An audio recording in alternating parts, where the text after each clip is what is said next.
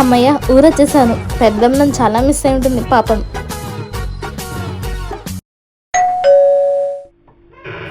పెద్దమ్మ అదేంటి ఎవరు లేరు, మరి డోర్ ఎలా ఓపెన్ అయింది? గాలిగా ఉంటుందిలే. పెద్దమ్మ పెద్దమ్మ ఎక్కడికి వెళ్ళిపోయింది పెద్దమ్మ? ఒక్క పోసేసిన ఫ్యాన్ అన్న వేసుకుందాం. ఈ ఫ్యాన్ ఎలా ఆన్ అయింది?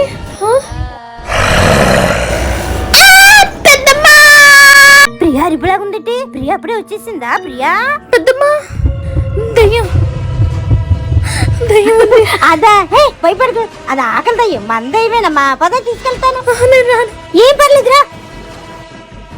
ఏ పిచ్చి మగమా దిగి కిందకి, ఎప్పుడు అక్కడ కూర్చున్నావా? ప్రియా భయపడుతుందిరా. అది మన దయ్యమేనే, మన ఇంట్లో ఫుడ్ తిని అలా పని చేసుకుని ఉంటుంది. పనులు ఎందుకు చేస్తుంది?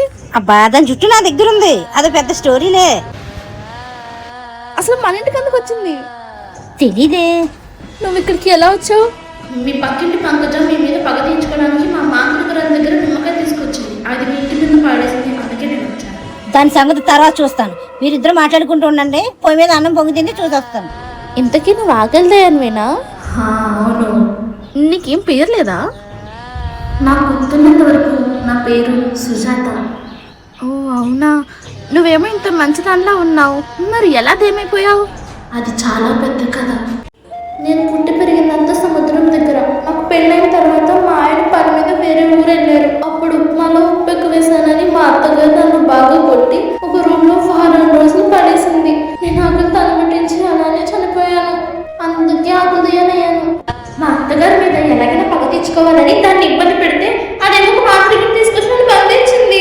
ఒక మాంత్రికుడి నుంచి ఇంకొకరి దగ్గరికి వచ్చి అలా అలా ఈ మాంత్రికురాల దగ్గరికి వచ్చాను.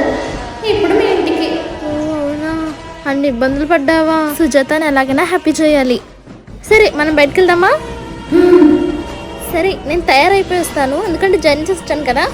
సుజాత నేను రెడీ, బయలుదేరదామా?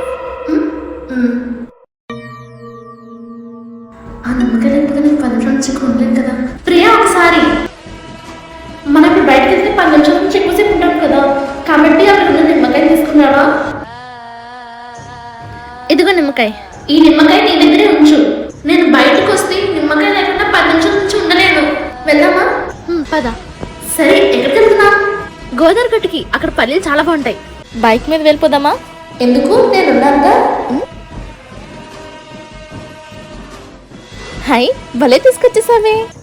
నేను వెళ్ళి పల్లెలు తీసుకొస్తాను. ఏంటో వర్షం పడిపోతుంది బాబు.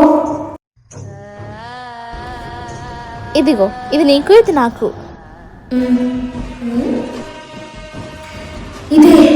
ఇదే నాకు చంపేసింది. ఇదే నా అత్తగారు. దీన్ని ఎలాగైనా చెప్పేయాలి. దీని మీద ఎలాగైనా పగ తెచ్చుకోవాలి. దీని దగ్గరికి తీసుకెళ్ళు. ఏది చూడండి. నువ్వేం చంపక్కర్లా, ఈవిడ చనిపోయి 20 ఏళ్ళు అయింది. శ్రద్ధాంజలి అని వేశారు. ఏంటి చచ్చిపోయిందా? నా పగ తీరకుండా చచ్చిందే. నా పగ ఎలాగో తెలియదు. తిన్న కోడలు ఇబ్బంది పెట్టి అత్తగారు అందరినీ మార్చుతా, అలా పని పడతా. మనం ఇలాంటి అత్తగారుల పని పడదాం. Thank you. వర్షం పెద్దదా ఎలా ఉంది, ఇంటికి వెళ్దామా? సరే వెళ్దాం. అమ్మయ్య ఇంటికి వచ్చేసాం, ఇంక లోపలికి వెళ్దామా? కట్నం తెచ్చేది లేదు కానీ మా ఇంట్లో పడి తింటావా? ఎవరది? సూర్యకాంతం. దాని పని చెప్దాం. ఇంకా సూర్యకాంతం పని అయిపోయినట్టే, పద. ఈసారి కట్నం తీసుకొస్తే కానీ ఇంటికి రాకపో. ఇప్పటికే చాలాసార్లు కట్నం ఇచ్చాం కదా అత్తయ్య. ఈసారి నేను వడ్డాను కొనుక్కోవాలి, కాసులు పేరు కూడా చేయించుకోవాలి. నీదేం పోయింది? ఎలో పుట్టిన దగ్గర నుంచి మళ్ళీ కట్నం తీసుకురా. ఇంకా తెమ్మంటే మా అమ్మ వాళ్ళు ఎక్కడి నుంచి తీసుకొస్తారు అత్తయ్య? తీసుకొస్తేనే లోపలికి రా, లేకపోతే పో. అత్తయ్య అత్తయ్య అని క్షమించండి అత్తయ్య, డోర్ తీయండి అత్తయ్య. అయ్యో దేవుడు, నన్ను కాపాడే వాళ్ళు లేరా? నేనున్నా. మాయదాసంత కట్నం తేదో ఏమి తేదో, నా కొంప ఊడిపడింది.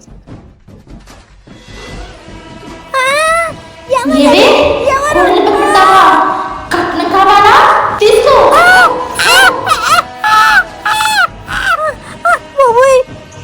ఎవరు లేరేంటి? నేనే భ్రమపట్టేట్టున్నాను.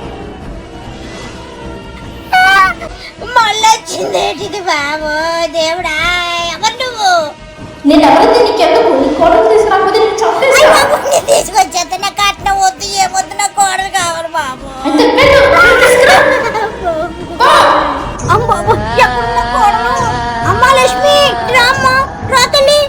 అయ్యో తొలిపేస్తేనే నా తల్లి. వస్తానుండమ్మా. అమ్మా లక్ష్మి లోపలికి వచ్చి అమ్మా. వర్షం వచ్చేలా ఉంది తల్లి, తడిచిపోతావు.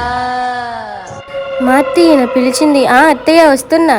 అమ్మా తల్లి, ఇక మీద నువ్వు కట్నం తేపనా పర్లేదు, ఇంట్లో హ్యాపీగా ఉండి చాలు. నేను తల్లిలా చూసుకుంటాను. సరే అత్తయ్య. సూర్యకాంతం ఇలా ఉంటే బాగుంటాం, లేదంటే చంపేస్తా.